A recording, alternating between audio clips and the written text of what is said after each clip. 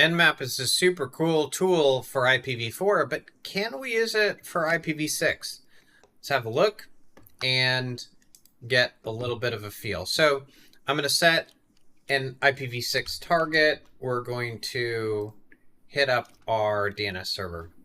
So I've got my DNS server there, and with Nmap you can run all sorts of scans. I could run a scan to do port scan. Let's just do quick scan and trace route. Now, will this work? Let's look at our syntax. Will that work? I hit scan and it says done already, and it says no targets were specified. So that doesn't sound good. And that's because you need to put in the -6 flag there. And now let's rerun. So -6. And now it seems to be doing something. Now it's doing something. That's the first lesson that I would have, is a lot of the tools for IPv4 troubleshooting work for IPv6. Sometimes you have to massage them a little bit.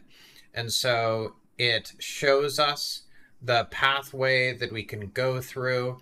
That's great. Did that scan show the hosts?